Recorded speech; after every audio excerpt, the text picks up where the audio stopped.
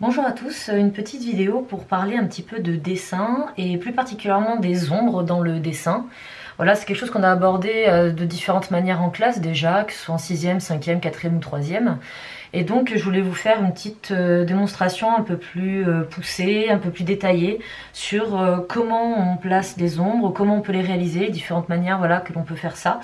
L'utilité que ça peut avoir dans le dessin, voilà, on peut très bien s'en passer, mais tout dépend le rendu final que l'on veut obtenir. En 6e, on a vu dans le dessin d'observation qu'on a fait en tout début d'année comment ça pouvait justement donner un aspect beaucoup plus volumineux à la chose que l'on avait dessinée. En 5e, pareil, sur le portrait, on a vu comment ça pouvait accentuer l'expression d'un visage aussi. En 4e, sur la perspective, justement le rendu de la profondeur et du volume pouvait être davantage visible grâce au travail des ombres. Et en 3e, on l'a mis en application pour le travail du personnage grandeur nature, pour le rendu du vêtement, du tissu, tout ça, toujours dans l'idée du réalisme et donner plus de volume et de relief à ce que l'on représente. Donc voilà, je vous ai préparé une petite feuille sur laquelle j'ai dessiné différentes formes.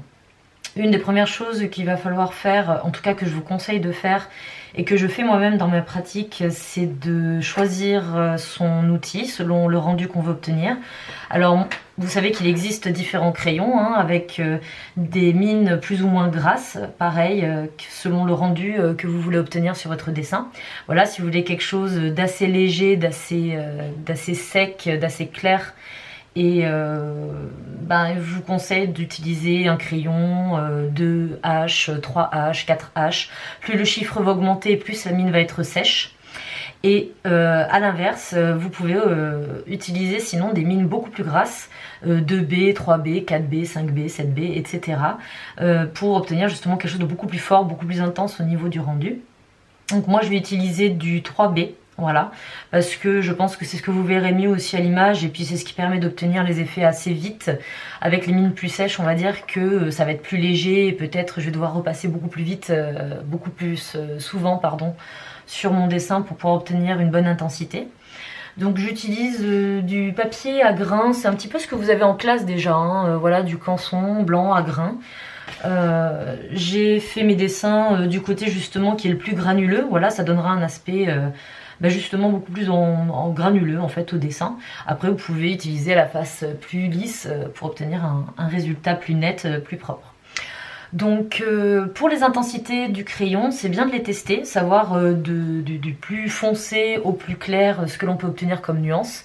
Voilà, et ça permet un peu de se repérer, de voir aussi la pression que l'on peut faire sur son crayon et ce que l'on va obtenir en conséquence. Donc je vais commencer par le plus foncé. Donc là on appuie vraiment fort, le plus fort possible. Alors faut pas non plus casser la mine évidemment, mais pour voir déjà l'intensité la plus forte que l'on peut obtenir avec le crayon que l'on a choisi. Voilà. Donc avec du 3B, effectivement, on peut obtenir quelque chose de très très foncé. Ensuite, on va appuyer un petit peu moins fort. Alors c'est là qu'il faut apprendre justement à doser la pression que l'on peut faire sur le crayon pour avoir une différence, mais pas non plus trop accentuée tout de suite. Voilà, je vais appuyer de moins en moins fort. Alors je respecte pas les cases dans le sens où c'est pas grave si on déborde, là c'est vraiment juste pour tester les différentes intensités que l'on peut avoir avec le crayon. Donc c'est là qu'avec justement les crayons plus gras, c'est plus difficile d'obtenir les nuances les plus claires parce qu'il faut vraiment très très peu appuyer, et avec un crayon plus sec c'est beaucoup plus simple de faire ça. Voilà. Donc voilà, j'ai différentes nuances que je peux obtenir avec ce crayon. Et donc pour les différentes formes que j'ai dessinées, donc le cercle, le triangle, le carré et puis enfin le cylindre, je vais vous montrer comment on peut dessiner les ombres dessus pour avoir justement cet aspect en volume que l'on n'a pas lorsque l'on trace uniquement les contours en fait des formes. Donc une première chose, c'est, ça je vous l'ai dit en classe, pour éviter de partir dans tous les sens, notamment si vous avez beaucoup de formes dans votre image. Par exemple pour le travail en perspective en 4e, pour les décors il n'y avait pas un seul élément qui était en perspective, et du coup il faut savoir d'où vient la lumière, si elle vient du dessus, si elle vient du côté, si elle vient d'en dessous. Les ombres ne vont pas être dirigées au même endroit, et du coup il faut que toutes les formes aient les ombres au même endroit pour que ce soit cohérent visuellement. Voilà. Donc là je vais faire comme si la lumière venait de ce côté-là. Alors soit vous le gardez en tête, soit justement vous faites en sorte de tracer sur votre feuille quelque chose que vous effacerez ensuite, par exemple une flèche. Voilà, je vais faire en sorte que la lumière vienne de ce côté-là. Donc ça veut dire que logiquement, cette face-là de mes formes va être plus claire et la face qui est ici va être dans l'obscurité. Donc après, je vais crayonner. Donc pour commencer ici le cercle, pour obtenir une sphère, je vais hachurer en faisant une sorte d'arc de cercle. Alors, on n'obtient pas forcément le résultat final du premier coup. Il faut parfois repasser. Je vous montrerai un petit peu les différentes façons aussi dont on peut crayonner en fait les ombres. Donc voilà, avec un crayon assez gras, comme j'ai ici le 3B, on peut obtenir quelque chose d'assez satisfaisant assez vite. Voilà. Hop. Donc après on peut estomper pour adoucir un petit peu l'ombre et accentuer sur la face qui est la plus reculée par rapport à la source de lumière pour obtenir quelque chose de plus fort. Voilà.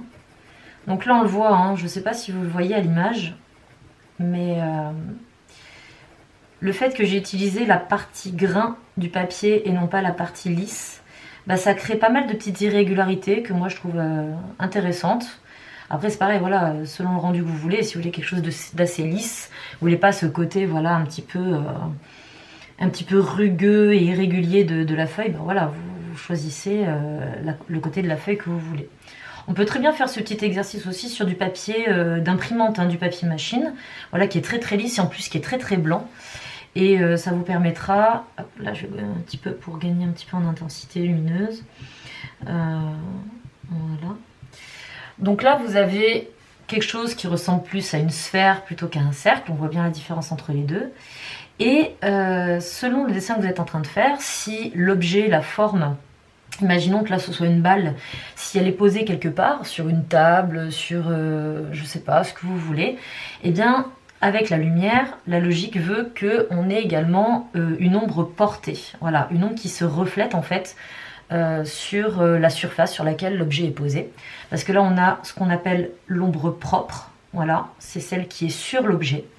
Et puis l'ombre portée, c'est celle qui est projetée sur la surface sur laquelle on a posé l'objet. Donc là, je fais à l'œil, hein, d'accord, je fais quelque chose de... Voilà, je fais quelque chose que je pense être à peu près correct. Voilà, forcément, si la forme est arrondie, si l'objet est arrondi, ben, l'ombre aussi va être arrondie. Après, on peut l'accentuer de différentes manières selon si la source lumineuse, elle est plus ou moins intense. Donc voilà, je vais faire quelque chose comme ça. Et puis la crayonner, alors pareil, si on veut quelque chose de très très foncé, on va appuyer. Si on veut quelque chose de beaucoup plus fort, de beaucoup plus léger, pardon, on va pas beaucoup appuyer. Voilà, je vais faire ça vite fait. Estomper un petit peu avec le doigt. Voilà. On peut la rendre plus diffuse, justement en débordant un petit peu sur le crayon qu'on a fait. Voilà, et puis, ben, selon ce que vous voulez, vous allez retravailler. Donc l'ombre se fait dans le prolongement de l'objet, c'est-à-dire qu'elle n'est pas détachée, hein, elle est vraiment collée à la forme que vous avez dessinée. Voilà, moi je veux qu'elle se voit quand même par rapport à l'objet, donc je vais retracer un petit peu le contour en appuyant un petit peu plus fort. Voilà.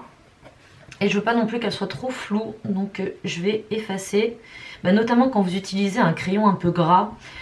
Forcément ça va tacher la feuille, donc c'est pour ça que je vous dis souvent qu'il ne faut pas trop appuyer. Et puis voilà, vous voyez, j'ai les doigts déjà un petit peu sales, donc c'est normal, hein, c'est dû au crayon que j'utilise. Donc voilà pour ce qui est du cercle et de la sphère. Alors pour ce qui est du triangle et du carré, donc du cube et de la pyramide, là, ce que j'ai dessiné, il y a des faces différentes. Donc du coup, l'intensité de l'ombre va être différente selon les faces. Et pareil pour l'ombre portée, elle va prendre la forme du coup avec des angles, hein, selon la forme que vous avez dessinée. Donc là, si la lumière, elle vient du côté gauche, ça veut dire que c'est cette face-là qui va être la plus sombre. celle-ci qui va être la plus claire et celle-ci elle va être un petit peu entre les deux parce que comme elle est inclinée, eh bien il vous suffira d'observer hein, lorsque vous utilisez, lorsque vous prenez un objet. Alors là j'ai plein de sources lumineuses différentes justement pour éviter qu'il y ait trop d'ombre sur mon dessin, donc je pourrais pas vous faire forcément la démonstration, voilà on voit un petit peu sur la feuille que je pose ma gomme ce que ça fait. Mais voilà, je vous invite à observer vraiment les choses dans la réalité pour pouvoir au mieux les dessiner sur vos images. Donc alors je commence par la zone la plus foncée. Donc là je ne vais pas hésiter à appuyer fort avec mon crayon pour obtenir quelque chose d'assez foncé tout de suite. Hop. Je vais appuyer un petit peu moins fort sur cette face là. Voilà, pour obtenir une ombre un peu intermédiaire. Voilà, si je veux remarquer un petit peu les angles, je peux les réappuyer du coup.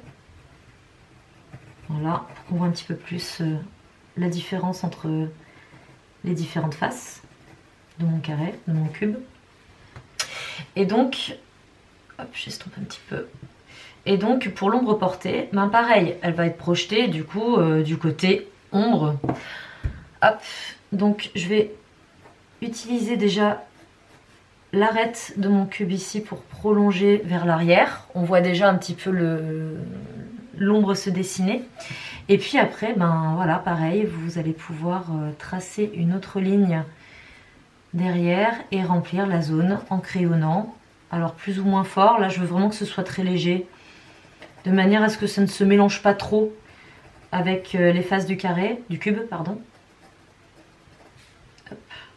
Voilà. J'efface pour que ce soit propre. Alors pour le triangle, bah, ça va être exactement la même chose. Hein. Je vais appuyer très fort sur la face de ma pyramide qui est opposée à la source de lumière. Voilà. Celle-ci, je vais la laisser bien claire cette fois-ci, voilà, pour marquer un petit peu une différence par rapport au cube. Et puis pareil, au niveau de l'ombre, je reprends, vous voyez, ce que je suppose être l'arête, voilà, qui est invisible en fait. Hop, et on peut porter l'ombre très très loin.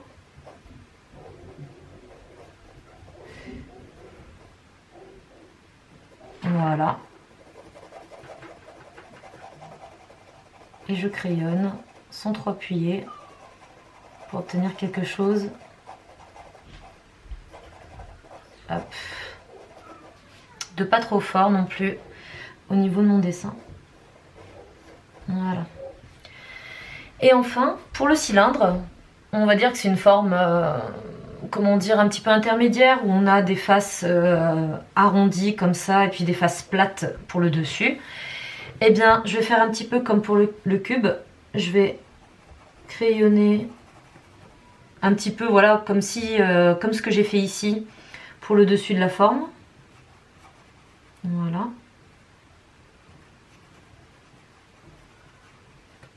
Et puis pour donner l'aspect, voilà, le modelé en fait de la forme du cylindre, pour donner vraiment l'impression que c'est en volume, je ne vais crayonner que d'un côté du cylindre pour commencer. Alors je vais réappuyer ici parce qu'on ne voit pas assez.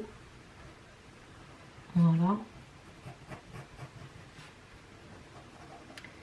Donc je vais hachurer d'abord d'un côté. Et vu que j'ai un crayon très très gras, je vais pas non plus trop insister parce que sinon je vais avoir quelque chose de très sombre très vite. Et je vais devoir effacer parce que sinon je pense que ça me conviendra pas. Voilà. Et je vais légèrement estomper avec mon doigt. Et prolonger l'ombre jusqu'à à peu près la moitié de ma forme. Et accentuer l'ombre de ce côté-là. Puisque c'est la partie, pareil, du volume qui est la plus éloignée de la source lumineuse. Voilà. Donc voilà, vous voyez que c'est un travail qui se fait progressivement. Il ne faut pas s'attendre tout de suite à avoir le rendu qu'on veut. Il faut revenir sur ce que l'on fait. Voilà, ça c'est quelque chose que certains d'entre vous ont un petit peu du mal à faire. Ils veulent tout de suite le bon résultat du premier coup. Sauf que, comme je leur explique souvent en classe, c'est que le dessin, c'est de la pratique, c'est de la patience. Il faut s'entraîner, utiliser Ben, prendre l'habitude en fait d'utiliser son matériel, c'est pour ça aussi que j'insiste pour que vous ayez votre matériel en classe, parce que ben, de la même manière que moi j'ai le mien quand je dessine, eh bien je sais que tel crayon va faire tel effet, que la gomme va gommer de telle façon, que le papier va me donner tel rendu. Donc c'est pour ça que c'est important en fait d'avoir son matériel pour avoir des habitudes en fait tout simplement, et justement gagner en temps lorsque l'on dessine. Donc pour le cylindre, une fois qu'on a fait ça, après on peut tracer l'ombre comme je l'ai fait sur les autres formes, hein, tout simplement. Alors si on voulait vraiment être exact géométriquement parlant, on pourrait utiliser une règle, voilà, travailler vraiment sur les vraies lignes, hop, qui seraient dans le prolongement de la forme. Mais là, bon, vu que c'est vraiment que sur les ombres que je vous fais ma vidéo, hop, on va faire ça à l'œil. D'ailleurs, c'est un bon entraînement aussi, hein. Hop. Voilà. Alors là, je fais le travail sur des formes géométriques simples, mais n'importe laquelle de ces formes peut devenir en fait un élément dans un décor. Voilà, hein, je veux dire, ça pourrait devenir, je sais pas, dans un bâtiment. Il suffirait juste de prolonger, voilà, pour que ça devienne un rectangle, un pavé, en fait, tout simplement, sur lequel après on va dessiner des fenêtres, des ouvertures, des choses comme ça. Voilà, c'est pas parce qu'on travaille sur des formes géométriques que on est dans un dessin qui va être abstrait finalement, hein. Que toutes ces formes peuvent prendre leur place en fait dans un dessin réaliste. Après, il existe plusieurs façons également de faire les ombres, en tout cas de crayonner pour faire les ombres. Et trois de ces façons, je vais vous les montrer. Alors je vais utiliser l'autre crayon un petit peu moins gras pour pouvoir plus facilement gérer l'intensité du contraste. Parce que c'est ça aussi, hein, les ombres c'est du dégradé, du contraste, on en parle souvent en classe. Et donc, celle que j'utilise depuis tout à l'heure, vous l'avez vu, hein, c'est-à-dire qu'on crayonne, voilà, en rapprochant bien les traits de crayon. Là j'ai utilisé le cercle, on va dire que c'est la forme pour moi qui est peut-être la plus simple à travailler. Hop.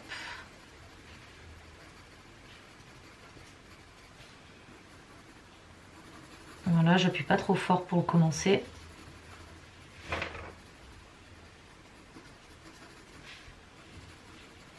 Voilà. Et puis après, en me rapprochant de la zone de lumière, imaginons que la lumière vienne d'ici. Voilà, je vais de moins en moins appuyer. Voilà, pour obtenir quelque chose d'assez léger. Et puis réintensifier les zones qui sont les plus éloignées, quoi, pour ça marque davantage le volume. Ça aussi, souvent en classe, alors vous êtes peu à faire ça, mais c'est vrai que vous avez tendance, après c'est pas une critique en fait, c'est plus une remarque qui peut-être vous sera utile pour faire évoluer votre façon de dessiner. Je n'ai rien du tout contre les dessins sans ombre, voilà, mais bon, souvent vous me demandez comment rendre un dessin plus réaliste, voilà, donner plus de relief, etc. Voilà, faire ça, c'est déjà une bonne chose. Mais c'est vrai que vous avez tendance à ne pas trop appuyer. Alors c'est soit vous appuyez trop fort, soit vous appuyez pas suffisamment fort. Donc c'est pour ça que c'est intéressant de faire...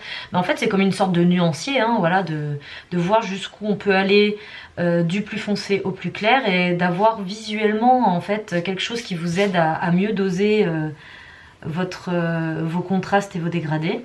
Donc voilà, je vais m'arrêter là pour cette technique là. Après vous pouvez également faire des hachures très nettes. Là le rendu est beaucoup plus comment dire, beaucoup plus brut, c'est moins réaliste. Après c'est un style, il y a des dessinateurs qui font comme ça, voilà. Hop. Et après on va rehachurer, hop, en appuyant plus fort sur la zone que l'on veut beaucoup plus foncée.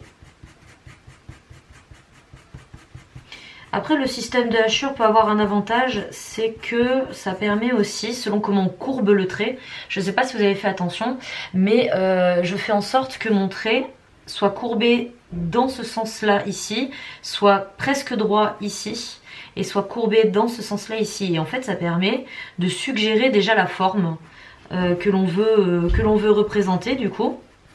Et après, ben voilà, c'est à vous de voir jusqu'où vous voulez aller au niveau de l'intensité de votre trait de crayon et de vos ombres.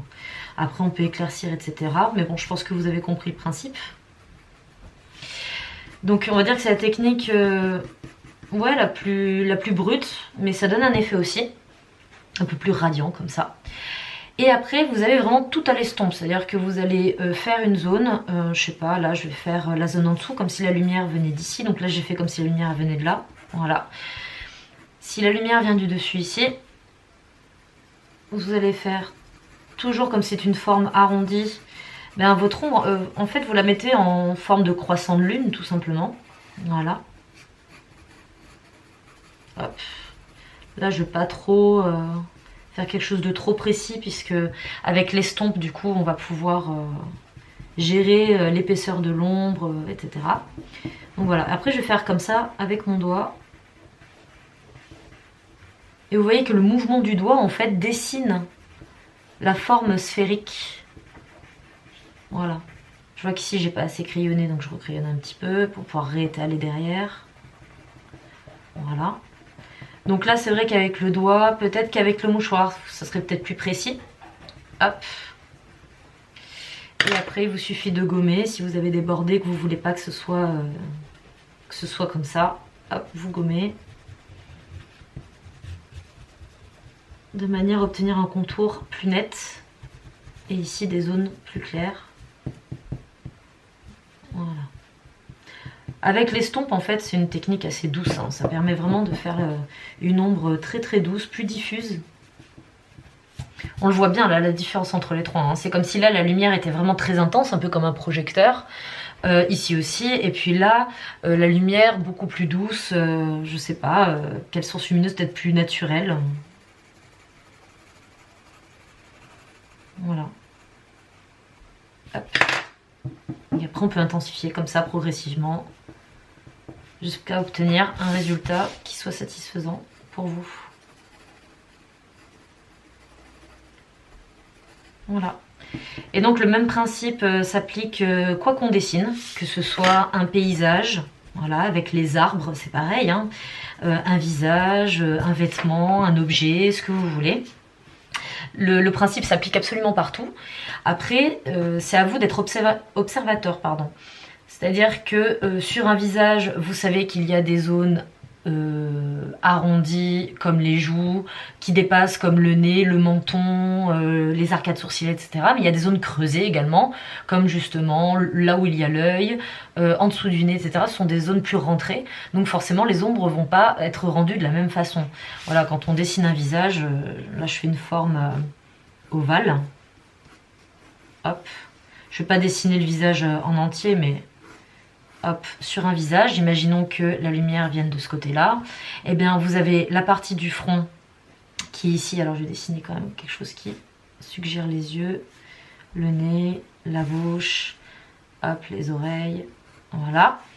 Sur la partie du visage, vous allez, ici le front, ça va faire un peu comme sur les balles, un peu comme sur les sphères, ensuite vous allez avoir l'ombre, pardon, qui va aller sous l'arcade sourcilière, hop, puis qui va suivre le long de l'arête du nez.